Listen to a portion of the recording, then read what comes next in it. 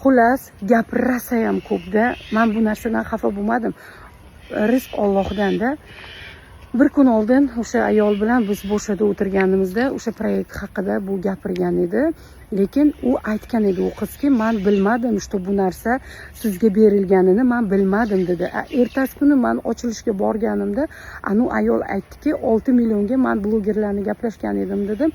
Mana shunga men aytgan edim, mana bu qizlar borligini.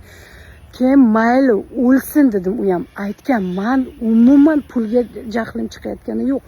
Просто nimaga o'sha ayol eshitganida, что bu proyektda Maropachasi ham bor bu proyektda. Nimaga bir og'iz telefon qilib, Maropacha, siz mana shunaqa 6 millionga nimaga blogerlar bilan bu proyektni olganmidingiz, reklama bo'yicha olganmidingiz yoki ochilishini olganmidingiz, Maropacha? Men buni hozir ochilishini qilib beraman. Hozir bu yoqda mana bunaqa bo'lyapti.